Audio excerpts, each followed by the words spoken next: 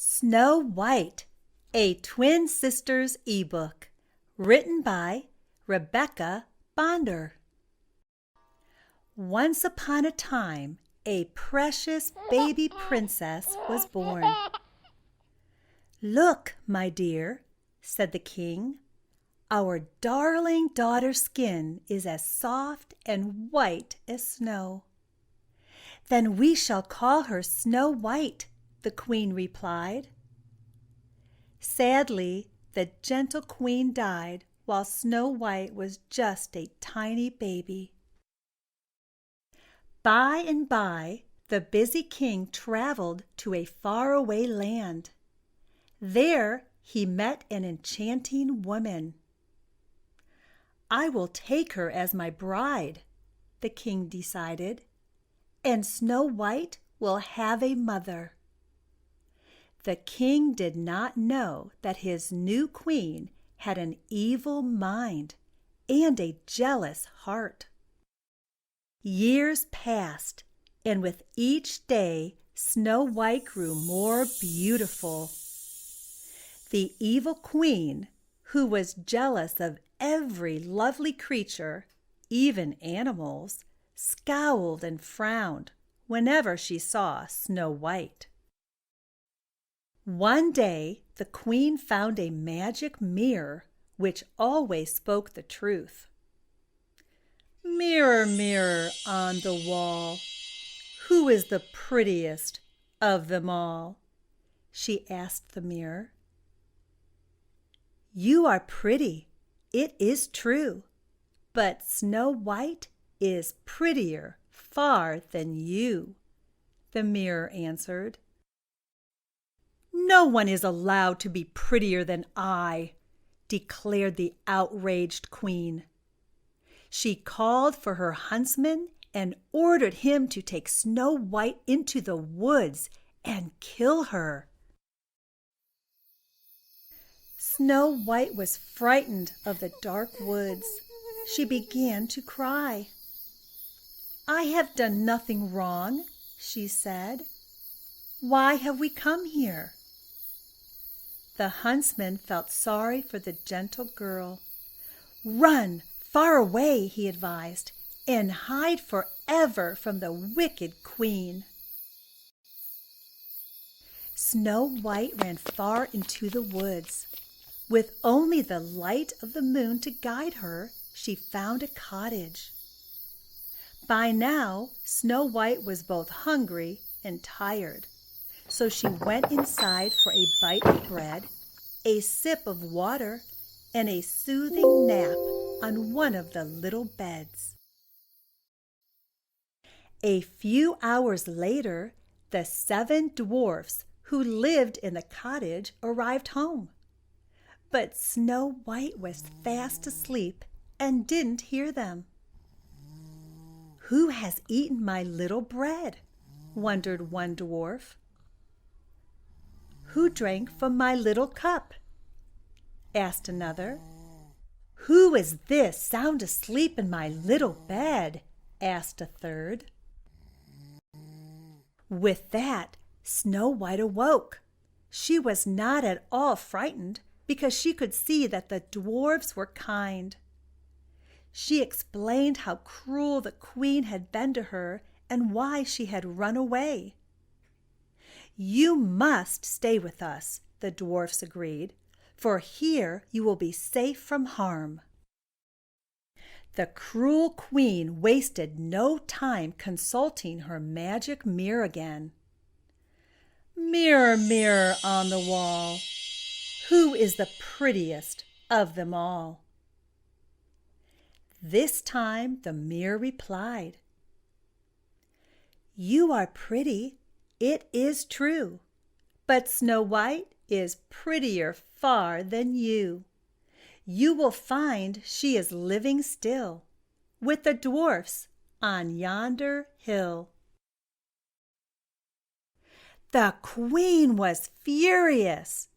"I shall have to get rid of the child myself," she thought. The next day, the queen painted her face to look like an old woman's.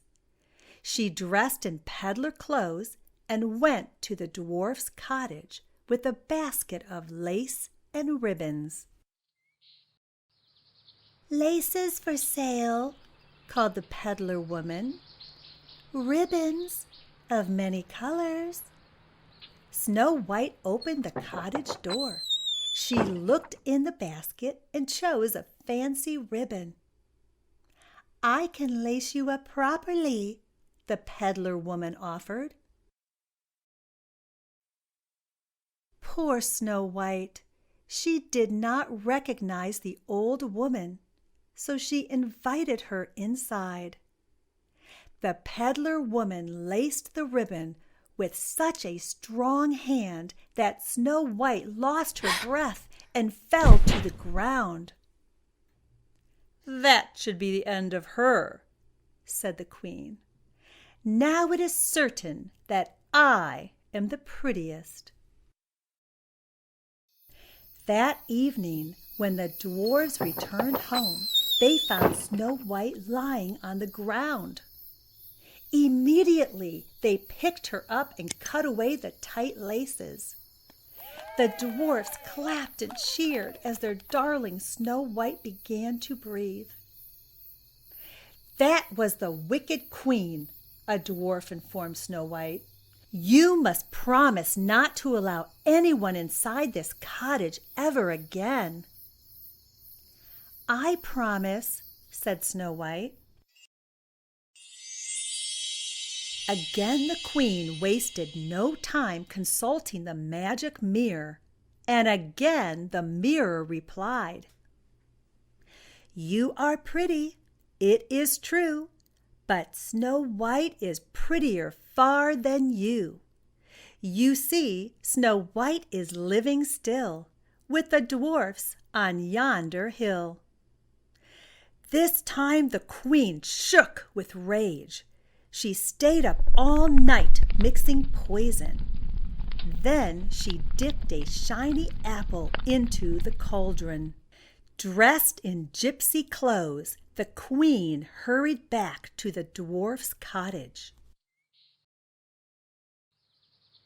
"Would you like to try one of my fine red apples?" asked the gypsy woman. "I can pass it to you through the window." "I really shouldn't," said Snow White, "but it looks so delicious." Snow White reached for the apple and took a bite. The poison worked instantly. Delicate Snow White fell down, lifeless.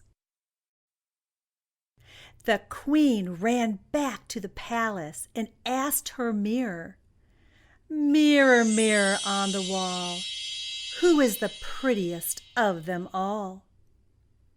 The mirror replied, "What I tell you must be true. There is none as pretty as you." The Queen danced around the room, feeling quite satisfied that Snow White was dead at last. Snow White looked to be sleeping when the dwarfs found her, but they knew better. They quickly unlaced her ribbons and poured water on her, but still she did not open her eyes. At last the dwarfs gave up. Weeping, they placed the beautiful Snow White in a glass coffin and took it up the mountain. They stood watch over the coffin day and night. After a time, a young prince traveled up the mountain. He saw the beautiful Snow White and asked, "Who is this lovely young woman?" The dwarfs told Snow White's sad story to the prince. "I cannot bear to leave her," said the prince. "Please let me take her with me." The dwarfs were wise. They knew the prince's love for Snow White was true. "Our gentle lady will be better off with you," said the eldest dwarf. "You may take her." The dwarfs unlocked the coffin. The prince picked up Snow White and gently kissed her. At that moment, Snow White opened her eyes. "Will you please be my wife?" asked the astonished prince. The joyful king gave Snow White and her prince a royal wedding. The 7 dwarfs danced happily at the celebration. When the king learned of the wicked queen's evil deeds against his precious Snow White, he smashed the magic mirror. He then ordered that the queen be banished from the kingdom forever, never to be seen or heard from again.